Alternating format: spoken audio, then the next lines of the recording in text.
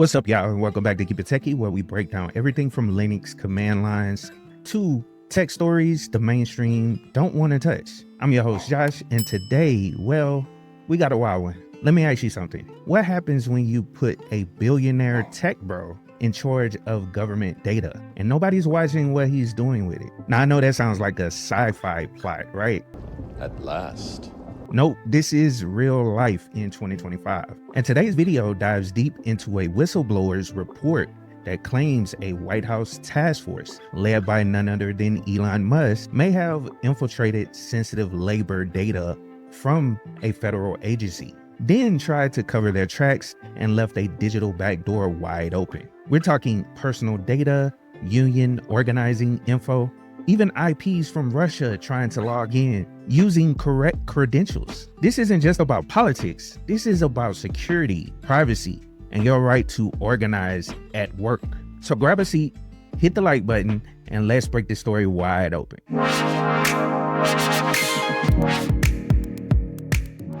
All right, before we dive into the messy stuff, let's talk about what DOGE actually is. And no, I'm not talking about the meme coin. We're talking about the Department of Government Efficiency. It's a newly formed task force from Trump's second-term White House designed to cut waste, increase efficiency, and modernize federal systems. But here's the kicker. It's been run by Elon Musk,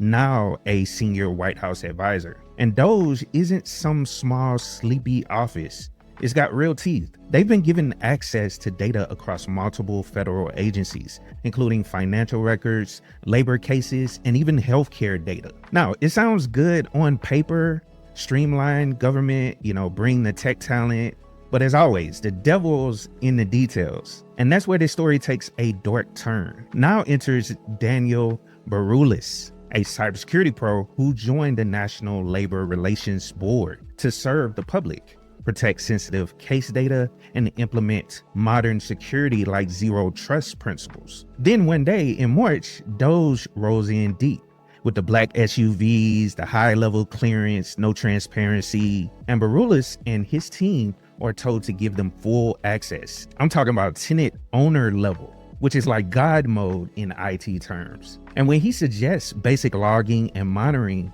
they're told to back off. And let me say that again, they turned off logs. They allegedly disabled multi-factor authentication, deleted audit trails, and even ran what looks like DNS tunnels to send data out under the radar. And what kind of data, you might ask? Union organizing plans, also employee complaints, case evidence, trade secrets, and possibly whistleblower testimony. All of it could be used against workers, or worse, passed on to corporations like SpaceX, which happens to be, yep, you guessed it, Musk own. Now, if you're in tech, you already know how serious this is. Baroulis noticed a 10 gigabyte spike of data leaving the NLRB's system. And that might not sound huge to some, but in context, this was pure text, likely highly sensitive case files. Also, the logs were missing. Access was through deleted accounts.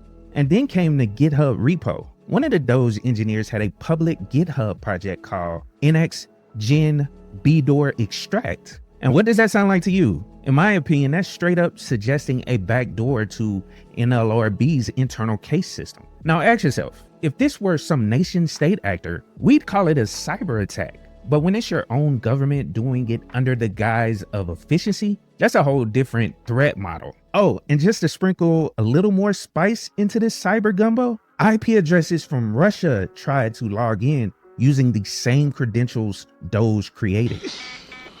Yes, I'm in.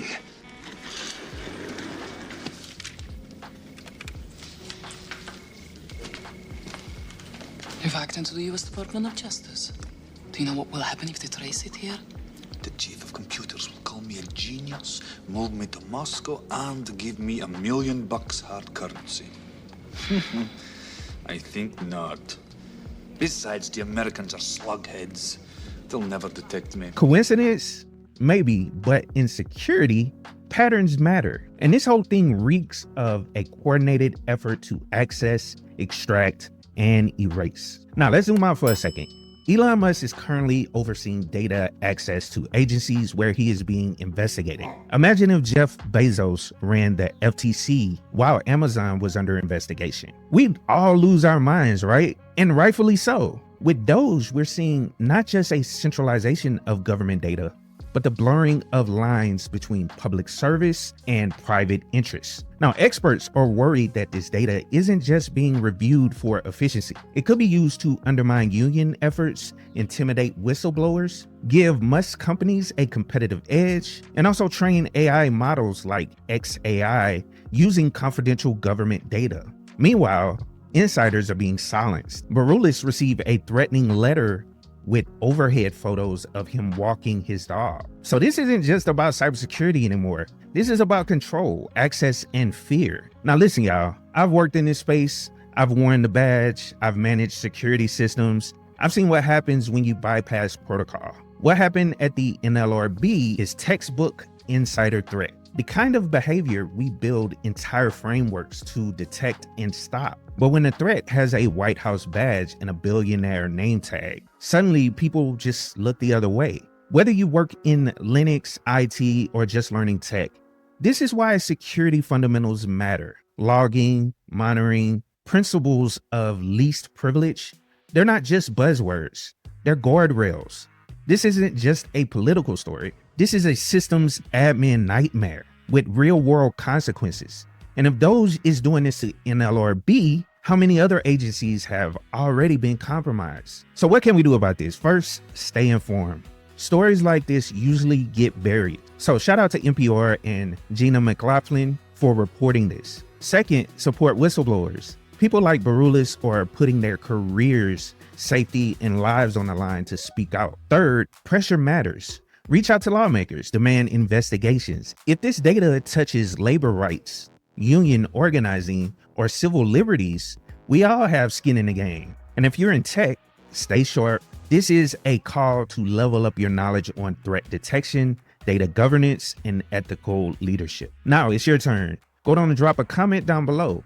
Do you think DOGE crossed the line? Should Elon Musk be anywhere near this kind of data? Also, how do we protect systems from internal abuse when the abuser has admin rights? Let me get y'all answers down in the comments below. I want to hear from system admins, developers, and policy folks alike. And if you've ever worked with sensitive data, let me know what your red flags are. Let's make this comment section a masterclass. Now, thanks for sticking with me through this wild ride. This one hits hard, not just as someone who teaches tech, but as someone who believes that public service and data privacy still matters. If you found this video valuable, please like, subscribe, and share the video. Let's make sure stories like this don't disappear into the void. In the next video I'm looking at dropping, we're diving into how you can harden your Linux box against insider threats, no matter who's got root. Until then, stay safe, stay secure, and as always, keep it techie. Peace. Yo, what's up, y'all? Listen, if you've been sitting there thinking about making a move, let me tell you, tech is where it's at. I don't care where you coming from, whether you've got a degree, a GED, or just pure hustle. There's room for you in this game. You see, tech is more than just keyboards and code. It's solving problems, creating opportunities, and building the future. You already have what it takes because tech doesn't care where you start. It cares where you're willing to go. You can teach yourself Linux, learn Python, break into cybersecurity, or even launch your own app. And the resources are out here for free. And yes, you heard me, free. Now, yeah, it's gonna take effort. You'll have to grind, but think about this. The time is gonna pass anyway. So why not invest it in a skill that'll change your life? I mean, tech doesn't just pay the bills, it opens doors to freedom, stability, and generational wealth. So stop doubting yourself, start small, stay consistent, and keep building. Because this isn't just a career, it's a movement. And guess what? You belong here. So let's get it, because the future is yours to build. Keep it techie.